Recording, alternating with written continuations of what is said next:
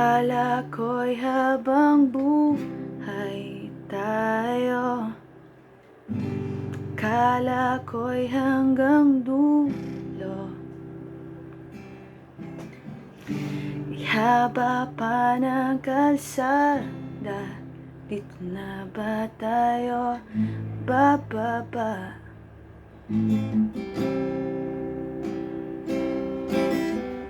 Kung ganito na nga ba ang usapan, kung dito na ang hangganan, dapat sigurong iwasan ang mga minsang kamustahan.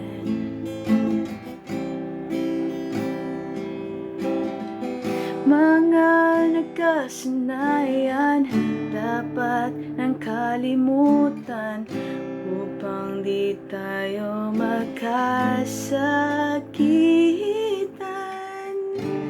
Hanggang dito na lang,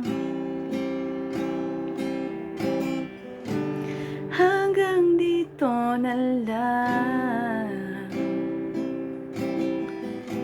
Ikaw ba ang nagbago, o ako, o tayo?